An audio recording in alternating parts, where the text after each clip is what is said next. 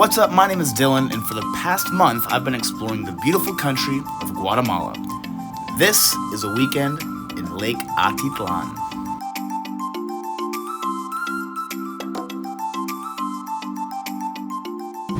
What's up? It's Friday. We're in Antigua, Guatemala. We're walking to get picked up by our shuttle that's gonna take us to Lake Atitlan for the weekend. It's gonna be beautiful. It's gonna be fun. It's gonna be adventurous.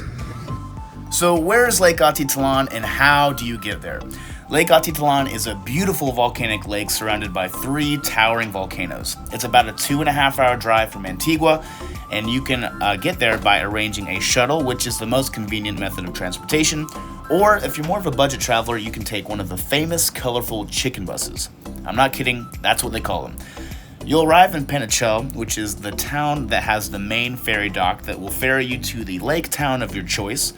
We left Antigua right after getting off of work and managed to catch the very last ferry in the dark that took us to the town of San Pedro. Of course, you can see a little bit better. Right. We're on a freaking boat, though.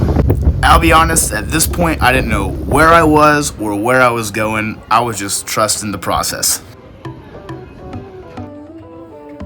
We made it to San Pedro right as the night was winding up. We stayed at the popular hostel called Mr. Mullet. Made it to our hostel bunk room. Got our lockers. I'm Bob Dylan. All of the surrounding lake towns in Lake Atitlan have their very own unique vibe. San Pedro is the town that is most popular for backpackers and travelers and their parties. And this hostel fit that vibe very well. We spent the night meeting people and walking around the town, but then we made the drunken decision to sign ourselves up for the 4 a.m. sunrise hike to the Indian Nose Summit. We figured we're only in Lake Atitlan once, and it's an experience that we wouldn't regret. So after what seemed like a 15-minute nap, we got up to take on this hike. How are we feeling? I'm dead. Whoa, this way? Vamos, Isabela. ¿Todo bien? Todo muy bien. Chicos, muy fuerte. Una pausa aquí. You do it without puking, Trey. Despite being wildly unprepared and still a little buzzed from the night before, we made our way up to the summit. It was really only about 45 minutes of hiking, so it wasn't the most physically challenging, but watching the sun come up over the lake and the volcanoes was worth every hangover in the world. And you'll see right here why they call it the Indian Nose Hike, because with these mountains and volcanoes right here, it looks like some guy's face laying down. Good morning, Trey. Hey. Trey almost threw up this morning. I strategically sat by the window on the bus right here, just in case.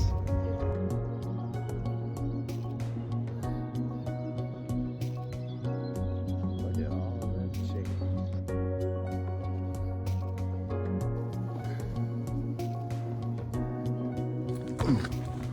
Whoa. This felt like one of the most rewarding hikes I've ever done. But it's time to go back to the hostel and take a little nap. Back in San Pedro, we were starving, so we went to go check out the local market. This is where many of the local people shop for goods, and we were told this is a great place to find something to eat. And I love to eat like a local. Oh yeah, this is what we came for. Banana time. One specific thing we were told to look out for were the tamales, but these aren't like your regular tamales made with masa or corn flour. These are made with rice, which gives it a porridgey, almost breakfast grits texture, and they were so good. Gotta get your freshly squeezed OJ, baby. Jugo de naranja.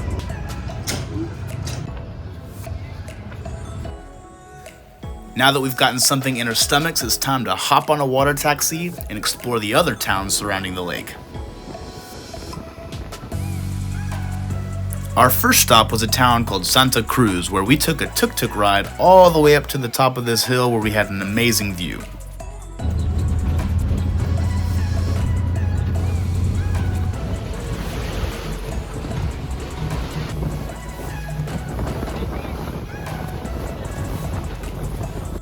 Our next stop was San Marcos. San Marcos is known for its spiritual retreats, yoga and meditation classes. It's a very artsy and laid-back atmosphere here. It's quite the hippie community. Pina colada, baby.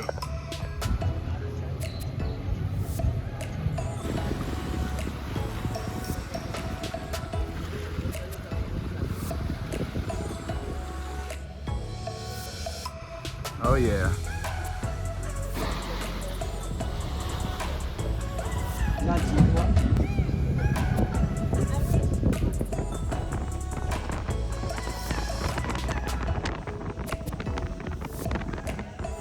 After a long day of exploring different lake towns, it was time to head back to San Pedro, grab some street food, and enjoy our last night at the lake. I got the pupusas. Got our coffees in our tuk-tuks. Let's go! On Sunday, we got up, checked out of our hostel, and took a tuk-tuk from San Pedro to San Juan.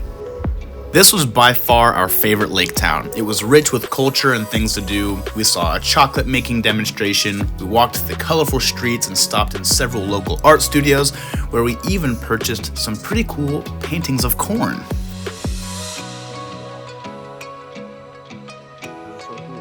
How does it feel to be a proud owner of some corn paintings? Let's eat, boys. Let's eat. Send me a piece of that corn.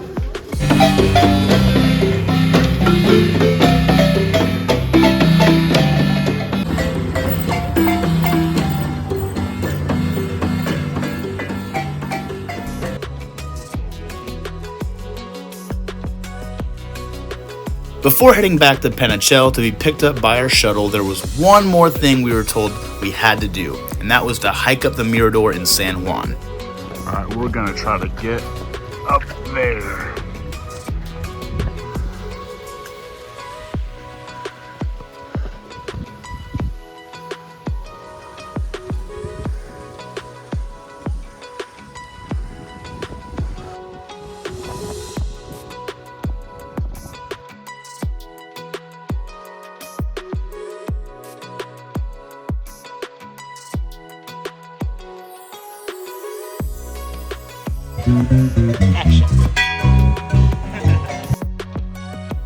Lake Atitlan is seriously one of the most beautiful places I've ever been. After we soaked in these views, it was time for us to head down, hop on a water taxi, and head home. Back to Pana. Guatemala and Lake Atitlan was such a great experience, and I know there's still so much left to be explored. So, if you enjoy traveling and adventure, feel free to follow along.